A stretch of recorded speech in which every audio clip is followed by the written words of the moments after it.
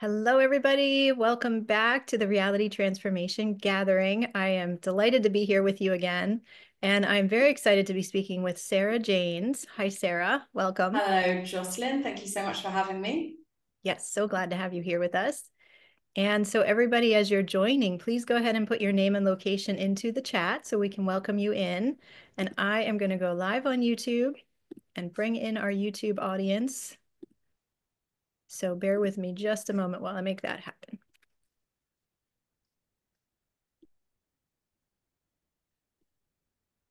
All right, there we go. So we'll be live on YouTube momentarily here. Very good. So we are live on YouTube as well. Welcome everybody listening in on YouTube. Please go ahead on the YouTube chat and put your name and location in there so we can welcome you. And let's begin. So I am super excited to be with you here today, Sarah. Welcome, Sarah Janes. Thank you for being a part of the Reality Transformation Gathering. I will share a little bit about your work as we begin so everybody can get to know you if they're not familiar with you already. So, Sarah Janes, author, researcher, curator, retreat and workshop facilitator, and public speaker. Sarah Jane specializes in the ancient history and culture of dreaming and has been an enthusiastic lucid dreamer since childhood.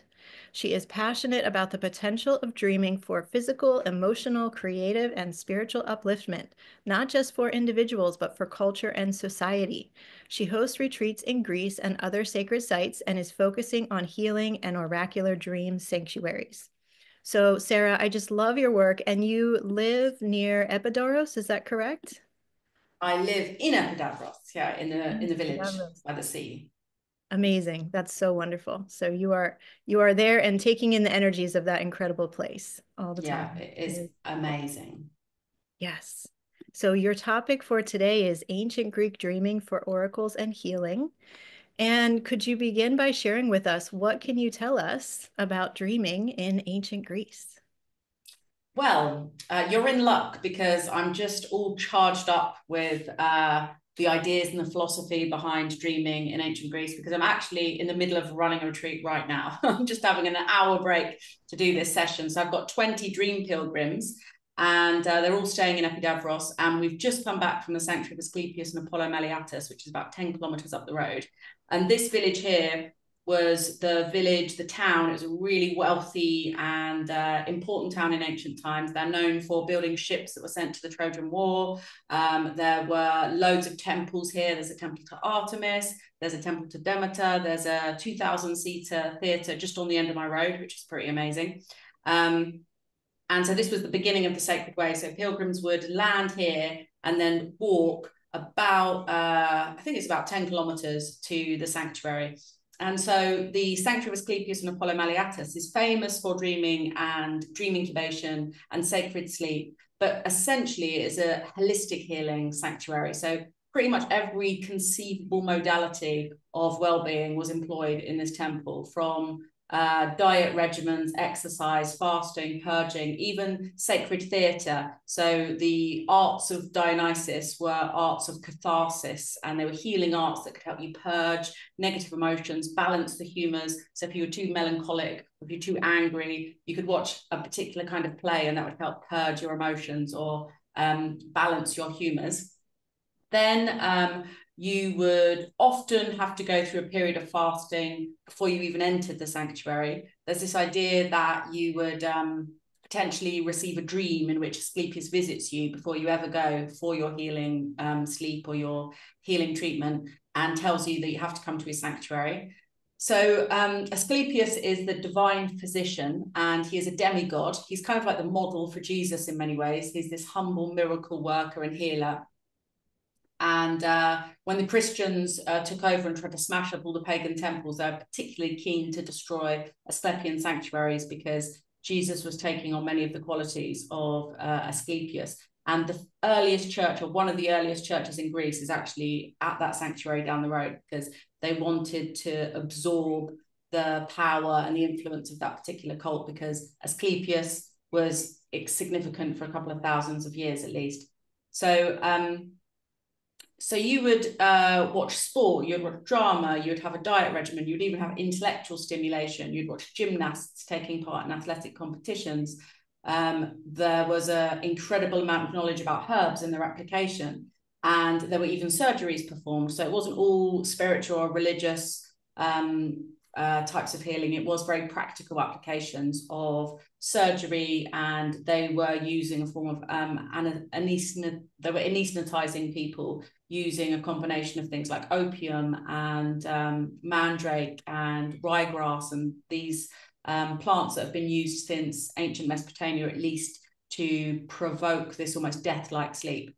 So after all of this, you would go to a structure that was called the Encumeterion, and within the Encumeterion, there was a practice of sacred sleep. And this was a sleep that essentially served as a sort of mini death, so that your sick self would die in the Encumeterion. And the Encumeterion, where the pilgrims would sleep, was in a kind of basement level. So it was in the earth, it was a little bit underground. You have to go into steps to get in there. And when their sick self had died in the underworld, their healthy self could wake up in the morning and be resurrected and reborn and have left all of what ailed it in the underworld with the god Asclepius. So this is an example of perhaps sleep and dream healing taken to its ultimate form of organization and order. But there has been this idea since very ancient times in Mesopotamia, in ancient Anatolia, in ancient Egypt, that you visit temples dedicated to particular gods and goddesses, and those temples are seen as the sacred precincts of those deities. And if you sleep in them, then that is where they can come and visit you in your dreams. Like you're incubating for dreams in their sacred spaces. And because you're in the place where the gods dwell, they can visit you in dreams. So the things that I'm really interested in, as you said, is oracular dreaming. So dreams that help people make sense of the future, have glimpses of what might happen to them in the future, receive not just visions of the future, ideas about the future, but also there is this dimension to prophecy, which is about the revealing of truth. So Apollo, who is the father of Asclepius, is the god of healing, of prophecy, of truth, of harmony, of light. And so there is something about truth itself that can be very healing when we know how we fit into space and time, into the world, into the cosmos, when we know the true situation of a relationship or our position in life or whatever it is that we're experiencing. That in itself can be quite healing. Yes, this is so powerful. And something I find super interesting about these ancient dreaming sites in Greece is that they kept detailed records, right? So we have records of the people that were healed, the dream they received, and how that changed their, what their physical prognosis was over time. Yeah, absolutely. And as I was talking to some of my guests today, there was this idea that death and pregnancy, because if you're about to give birth in the ancient time, it's a little bit more risky. So there's this kind of polluting factor in being too close to death or too close to give birth.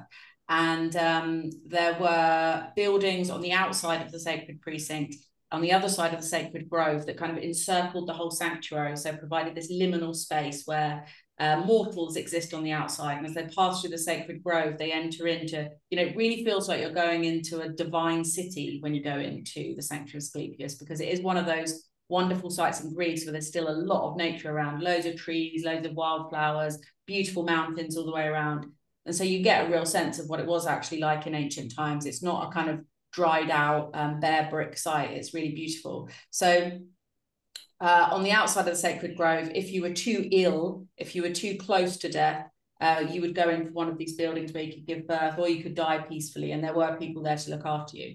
So there are a variety of ailments that we know were treated, and we have these testimonies, what are called the yamata, and they are inscriptions on stone blocks that record the experience of a pilgrim entering them, and they function as a kind of convincing device in some respects, because you go into a sanctuary where healing is promised to you, and absolutely all over the place you see these testimonies of people that have been healed. So I think in ancient times they were employing cleverly manipulating the placebo effect. The priests and the therapeutae that worked there, they knew that this was a kind of form of magic, a form of hypnosis, and they utilized it. And we know that the placebo effect works. There are so many scientific and medical studies into the effect of placebo, something that's used regularly. But we get into a bit of a ethical and moral conundrum if we start to actively try to use placebo in mainstream medical practice these days. But in those times, the therapeutae, the physicians, the divine physicians, you have these different categories of physicians. So you have what are called the iatromantis, which are physician seers, and they help people make sense of their dreams. So they will act as dream interpreters. And then you have physicians who are performing actual surgeries, and we have records of even a sex change being performed, like very intricate surgeries and operations. There's a whole cabinet in the museum at the Sanctuary Asclepius that show all the surgical instruments and implements they were using. They were using massage. They were really well informed and had thousands of years of information about herbs and their actions that is a medical tradition that went back to Mesopotamia, to Anatolia, to ancient Egypt as well. And there's a lot of influence from other countries and cultures in the Asclepia treatment. Yes. So I know in Epidavros, I was there in 2021. I had the amazing opportunity to go there. And I know there's that just really beautiful amphitheater there. So what was the purpose of the theater? I find this so interesting that there was theater, and as you said, even sporting events, and then you would go into the dream state. So what was the purpose of the theater, especially in doing that healing work? Well, Dionysus does serve a healing function, and every single ancient Greek theatre has a role as a shrine or a temple to Dionysus as well. So in the center of the ancient Greek theatre, and the one at Epidavros is one of the most fantastic ones, as you know, like it's really beautifully well preserved. It has impeccable acoustics. You can only imagine how fantastic they were when every single line was like perfectly filled in and straight. But it can seat 14,000 people. So it goes to show how many people were visiting the sanctuary. And you can still go to see an ancient Greek play there now. I went to see the Bacchae last year and it was incredible. So Dionysus has this healing function for humanity. He's a god who's friendly to mortals. And he's the god, you probably know him as the god of wine, the god of frenzy, the god of ecstasy. And theatre is a sacred, a healing art. And when you watch theatre, you cannot help but, if something's really emotional, something's really dramatic, something's really sad, you resonate with that feeling. And in this way, you're able to relieve or express or rid yourself of blocked feelings, emotions, of tension, of tightness. And so his healing role is really cathartic. And Hippocrates, the very famous ancient Greek doctor who actually was trained in an Asclepion on the island of Kos, he talks about how there are these two different modalities of music that are used for healing in the ancient world. You have Dionysian music, which is the aulos, the double flute, and percussive instruments, those kind of frenzied, wild, agrarian rite type rituals. So theatre grew out of the agrarian rites of Dionysus. So it really is a religious experience going to the theatre in ancient Greece. And the performers are called the chorus, and the chorus, the conductor of the chorus, stands on a stone upon which is inscribed Dionysus, the name of the god. And so he is channeling the god Dionysus, and he is leading the chorus. And music and theatre and drama has this like incredible ability to affect humans, and we have this amazing ability to emote and empathize when we see drama acted out. So I've been to see a couple of plays at the Ancient Greek Theatre, and you see, even in its diminished form as it's performed these days, with obviously a lot less pomp and circumstance, that it really does have a profound effect. And there's something also about the acoustics of the Ancient Greek theatre where none of it's amplified at all. That there's just the pure resonance of the voice, and you really feel it absolutely carries. Someone today in the center of the stage was tearing very quietly a piece of paper, and everyone could hear it all over the theatre. So theatre really served this function of providing catharsis. So Hippocrates talks about the cathartic music of Dionysus, that music that helps you just go wild, that helps you reach that frenzy, possessed by the god state. And then Apollonian music, which is harmonious healing music, and the paeans, which are these particular almost medical hymns that you sing to a patient that calms their nervous system, that makes them feel peaceful and happy. So this is Apollonian, this lyre music, this gentle, harmonious stringed instruments, and then beautiful, soothing singing. Yeah, that's really incredible. And to allow people to have that cathartic experience and to feel those emotions that they need to feel that maybe they weren't allowing themselves to feel, and maybe that could be why they're ill. And then that's part of the healing. It's really beautiful. So what would the dreaming experience have been like? I think I've read in certain articles that there would have been serpents moving around in the dreaming space, and what would that experience have been like as far as we know?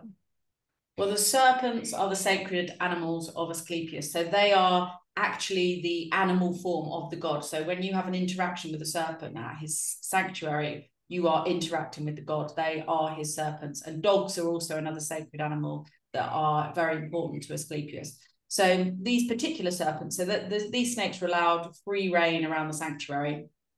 They grow to about 2 meters.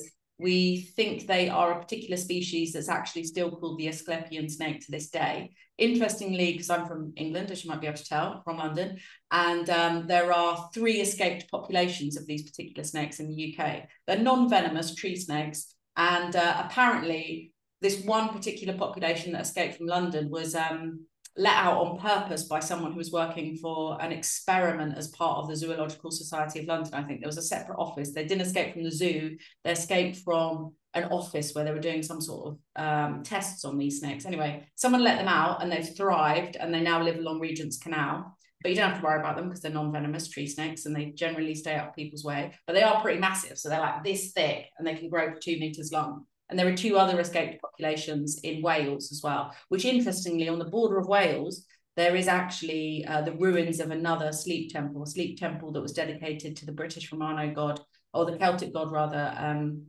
Nodens.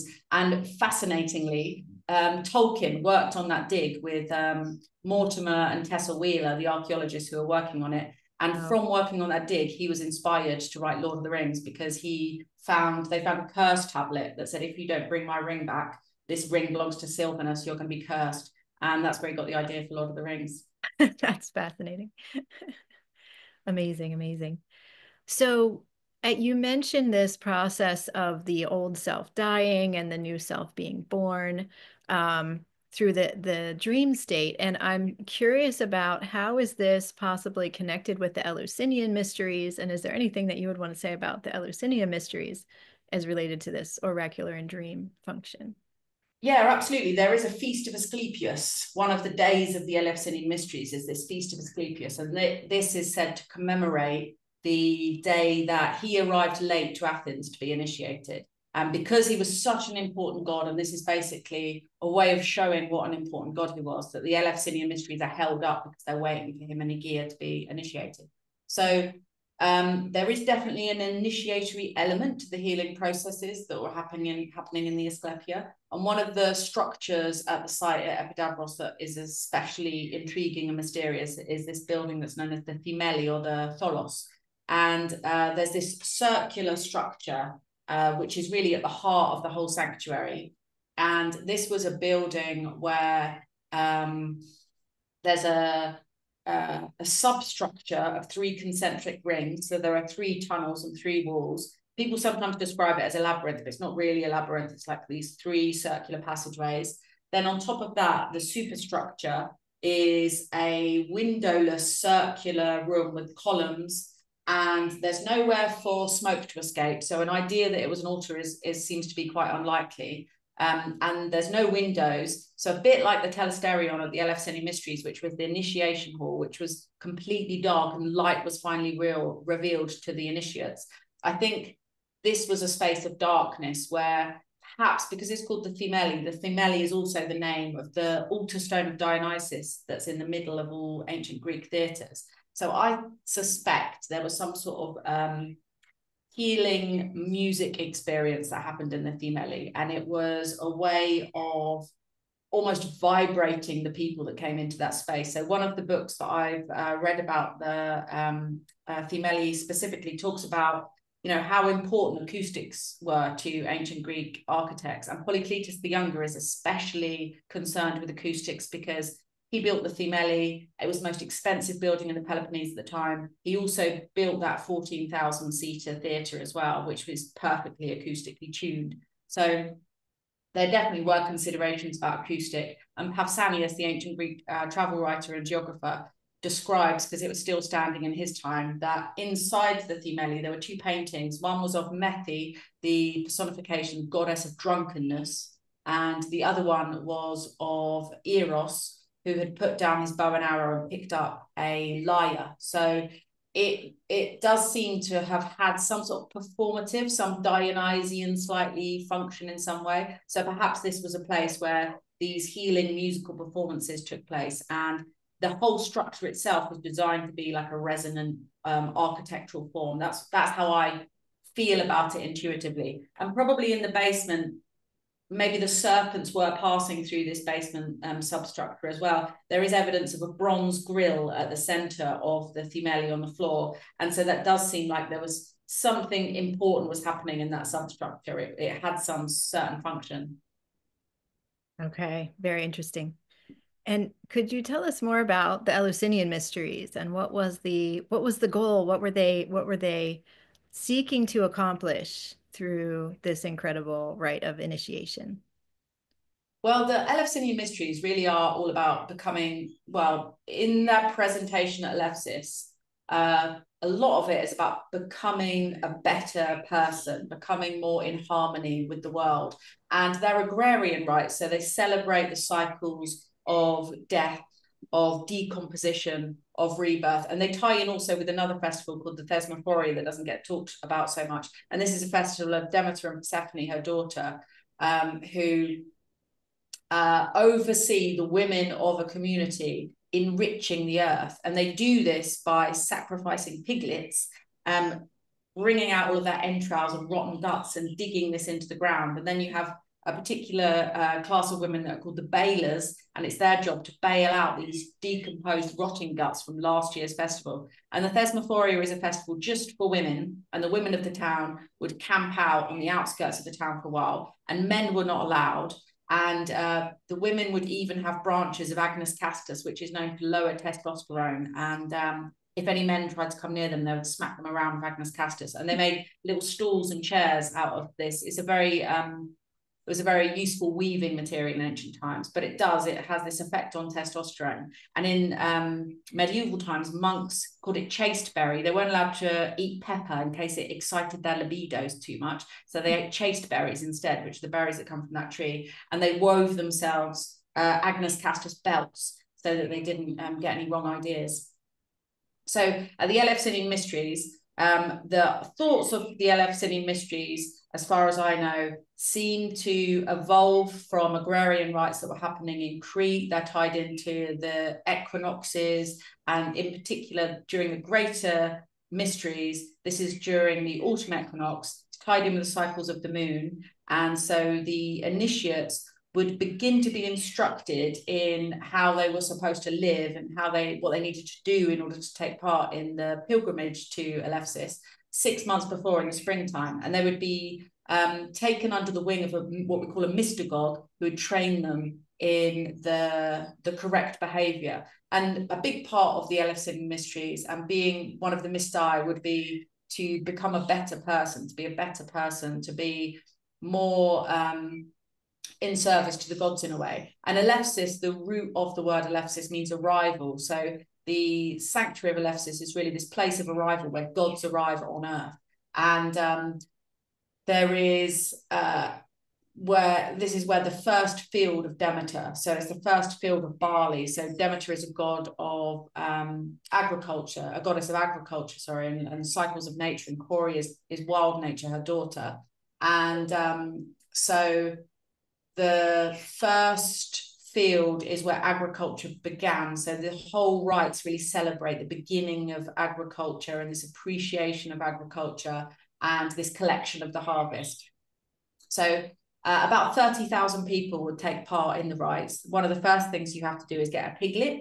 And a piglet is your sacrifice to Demeter. So it's sort of your payment for taking part in the mysteries. When the mysteries were being prepared, like 6 months before, the names of those people who had been chosen to be mystae, to be initiates, they didn't really use the word initiates or initiation in ancient Greece. It's the mystai, and they're going for really a direct experience of the goddesses and the gods that were involved in Eleusis. So the names are called out. 30,000 people take part in the procession, which is about a 22-kilometer walk from Athens. During this walk, they stop off at various places, perform certain rites and rituals. They're bearing torches. And when they finally reach Eleusis, about 3,000 of the 30,000 that did that walk would actually enter into the sanctuary.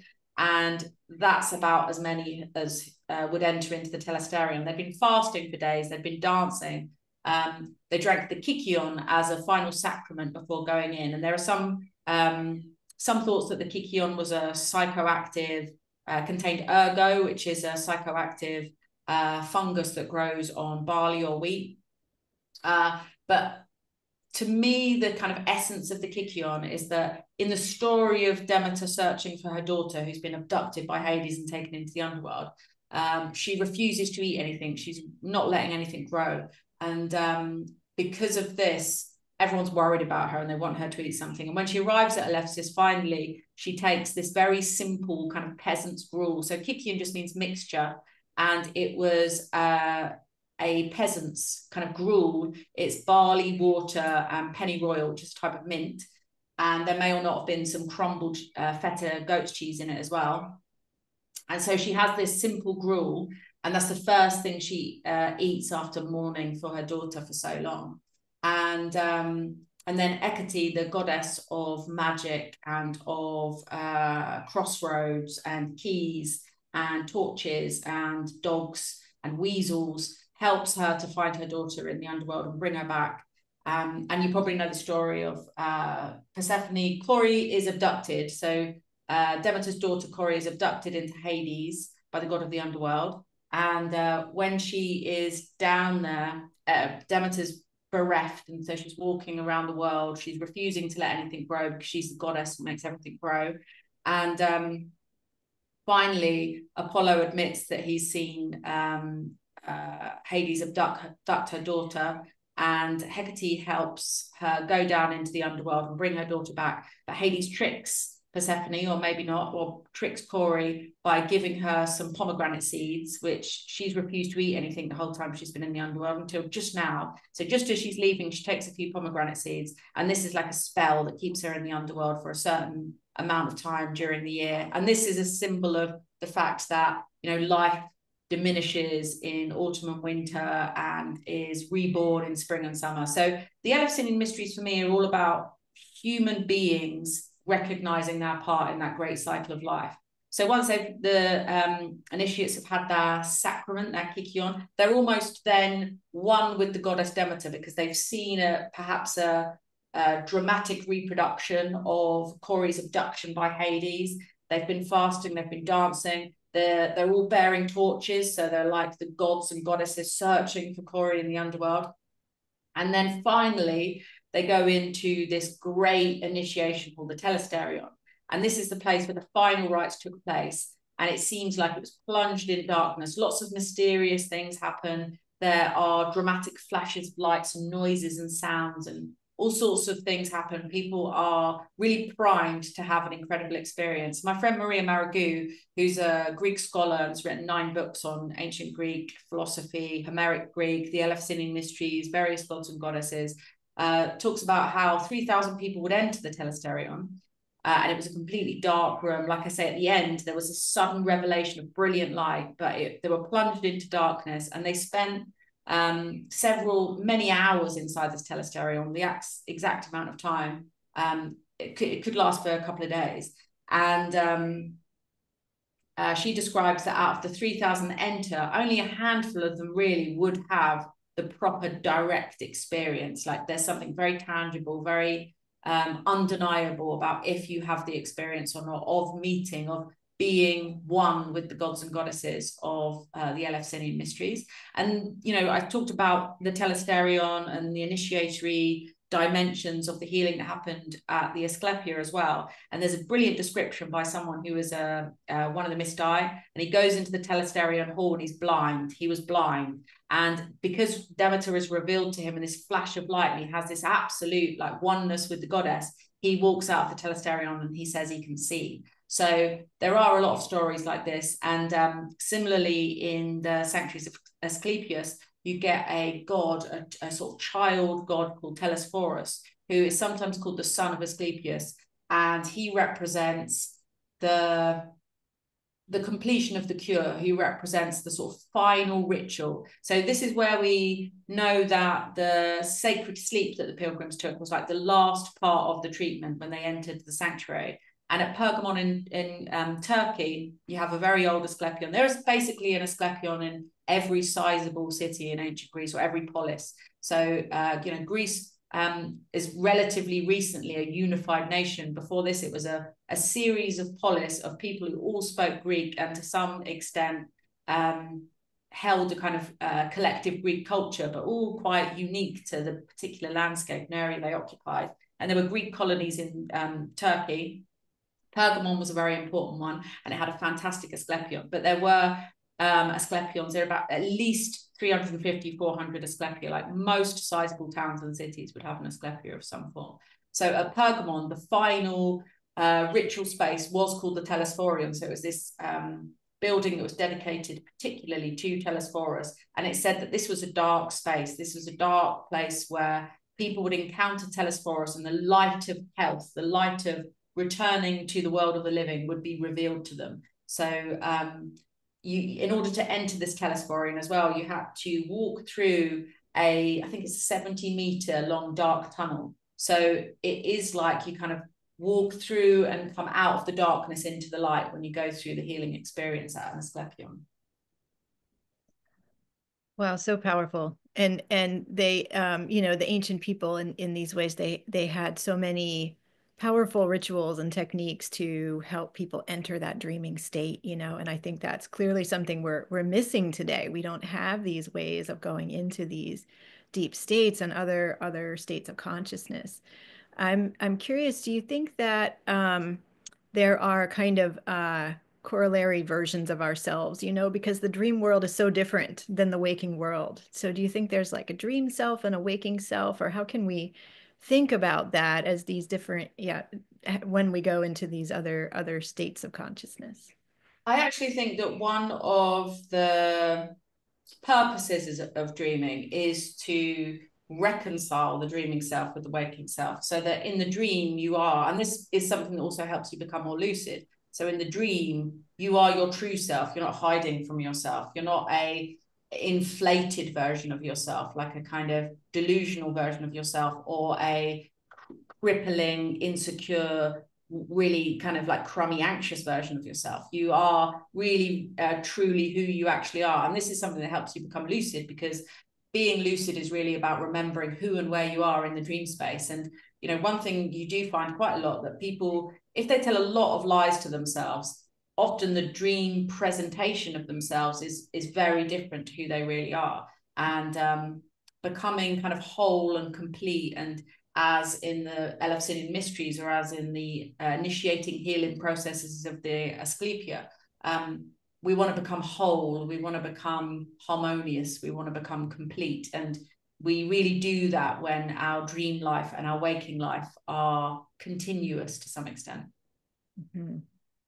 Yes, that's so interesting. To bring them into greater alignment will bring us into more of our true self. I love that. And how can people listening work with this? I know we'll talk a little more at the end about your retreats and your work and invitations to that, but in our daily lives, do you have any recommendations for how we can more profoundly work with our dreams and this kind of symbolic nature of reality?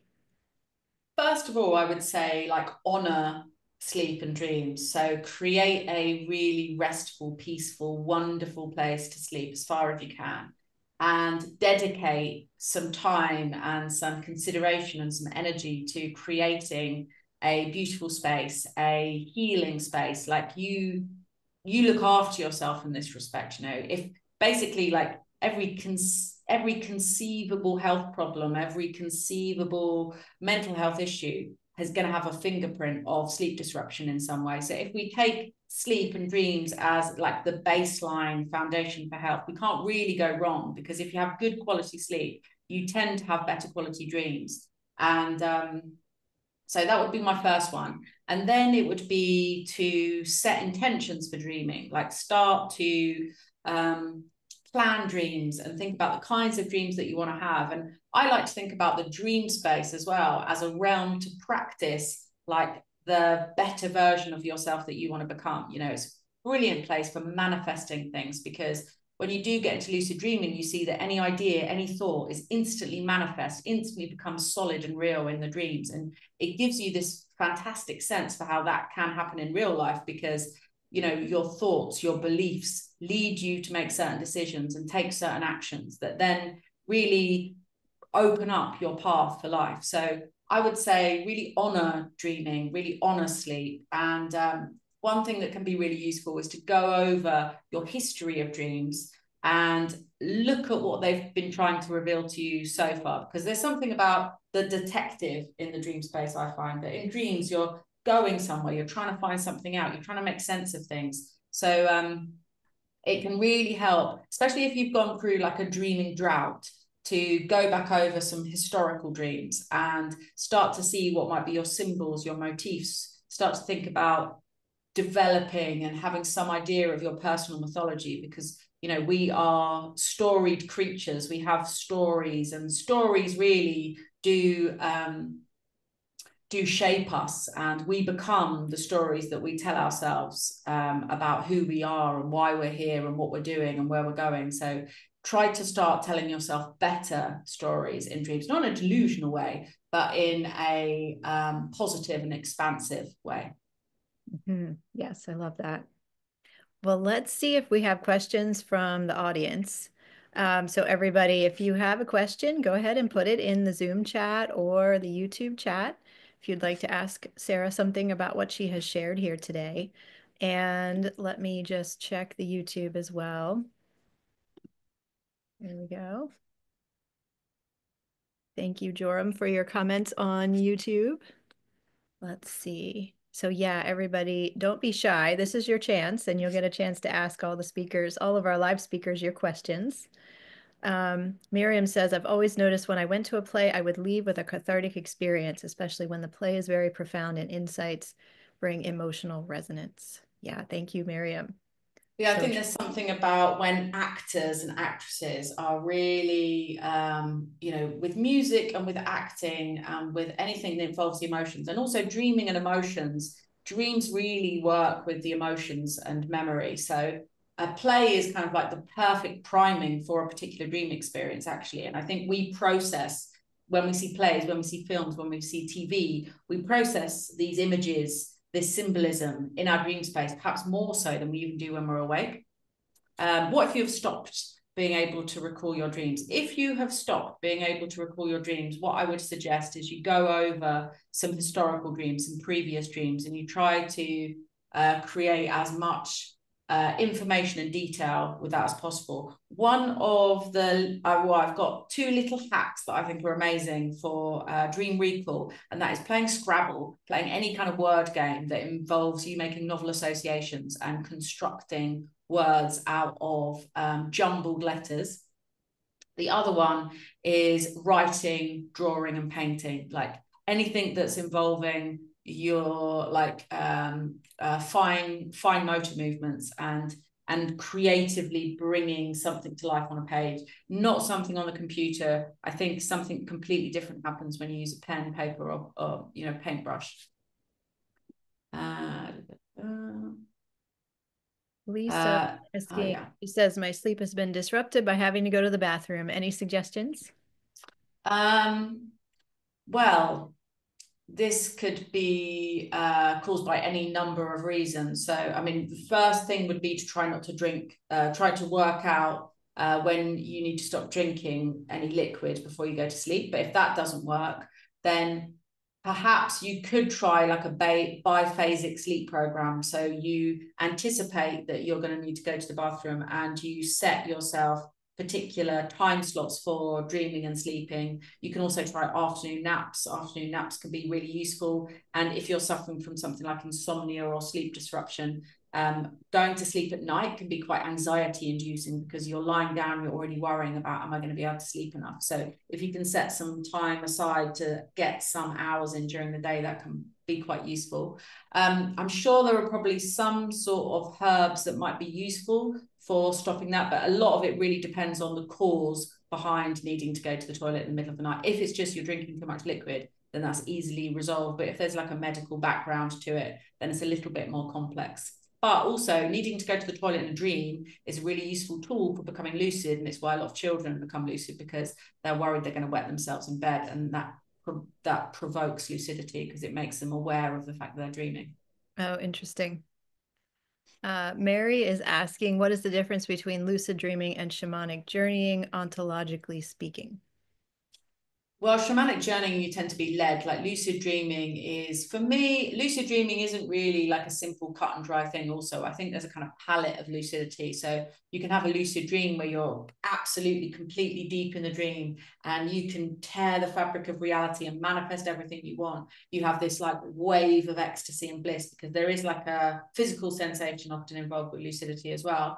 And then you get lucidity where you know you're dreaming, you're in a dream, you can make choices, or you just remember who and where you are. So it's a whole kind of spectrum of things, really. But the biggest feature I would say of it is that you know who and where you are when you're in a dream, and you feel and know yourself. So the neurological components of that is that your frontal cortex is activated, which ordinarily it's not active during REM. So you know who you are, you can apply critical thinking, and you have the ability to self-reflect.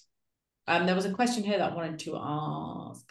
Heather mentioned, what is your view of a dreaming drought? And one of the reasons for that is post-traumatic stress. So if you have a very, very stressful experience, like a really shocking experience, you can shut down dreaming because obviously it's a sort of self-preservation method of not wanting to visualize, not wanting to imagine too much because you keep remembering a traumatic experience. So that is something to work with. And that's something that you could release somatically without even potentially speaking therapy. It may be something that's just a held tension in the body, in the nervous system, that you could release.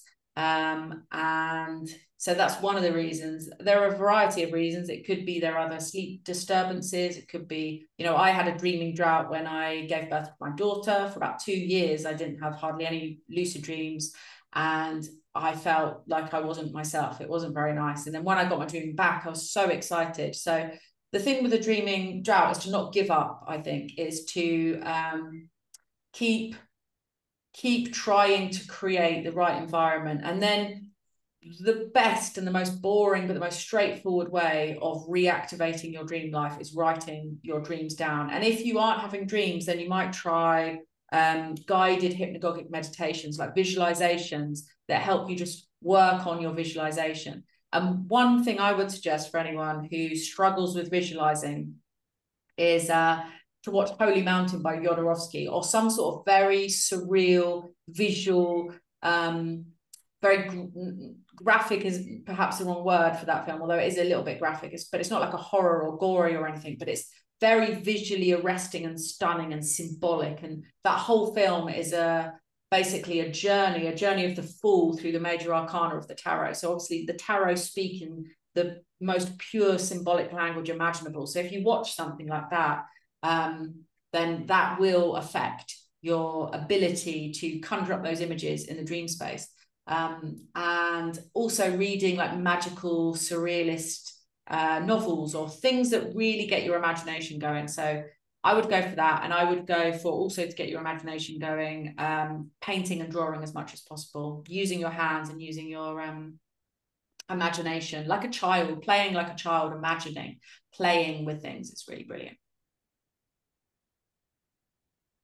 Let's see, a lot of questions popping up. Did you want to choose one, Sarah, or would you like me to choose Let's the have next a one? lot. We have a lot here.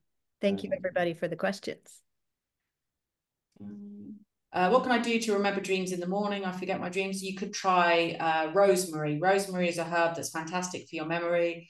You could try introducing the scent of rosemary essential oil or the herb itself into your sleeping environment as you're sleeping, because we are actually picking up sensory information all the time when we're asleep, even though it seems like we're in our own little world. That sensory information is then interpreted through the kind of dream mind and will generally have an effect. So I'm working actually with she calls herself a smellosopher. She's a philosopher who specializes in the sense of smell and how our sense of smell and our olfaction perception affects our perception of the world. And one of the experiments we wanted to do, because, you know, everyone knows that the sense of smell is that sense that really kickstarts a memory and helps you really vividly recall stuff.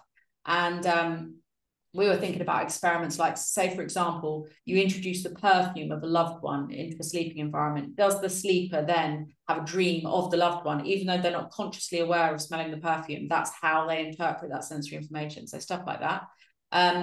So the best way to remember your dreams is definitely dream journaling, recording your dreams. And I cannot stress enough what difference it makes that you don't use a phone, that you don't use a voice recorder, that you use pen on paper or pencil on paper to record your dreams, because something different happens in that process. You're using your fine motor skills, you're making micro movements with your hand, and it really does have a different effect on the way that you remember things, because as you're writing down, it's like you're actually part of a remembering process, which just doesn't happen when you're typing on a screen.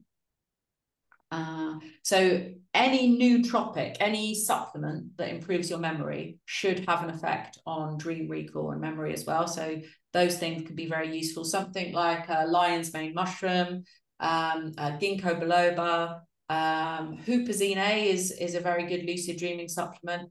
I really favor aphrodisiacs when it comes to lucid dreaming, because an aphrodisiac like saffron or dittany of Crete, it promotes this state of kind of bliss and ecstasy. And when you're sleeping and you're in a state of bliss and ecstasy, just a mild state of bliss and ecstasy, one other thing you find is those sensory impressions in the dream state are amplified by the fact that you're so still. So that subtle sensation of bliss and ecstasy becomes a big wave of bliss and ecstasy in the dream space. So when you're feeling bliss and ecstasy, you're more likely to have blissful and ecstatic dreams, and blissful and ecstatic dreams are much more likely to become lucid. So that's the route I take when it comes to lucid dreaming. Also, lemon balm can be very good for your memory. It's a fantastic nootropic. It's one of the most popular ones. And saffron's an amazing aphrodisiac as well. And dittany of Crete is a fantastic herb.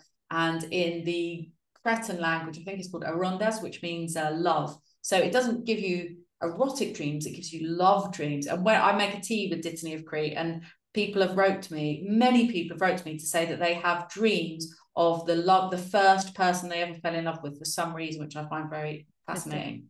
Very fascinating. What else People are asking about, did you a film name that you mentioned? If you could say it, I can write it in the chat. It's called Holy Mountain by Jodorowsky. It's a really like sort of highbrow, weird, psychedelic, classic film. Okay, and some people have put that in the chat. Good. Thank you, everybody.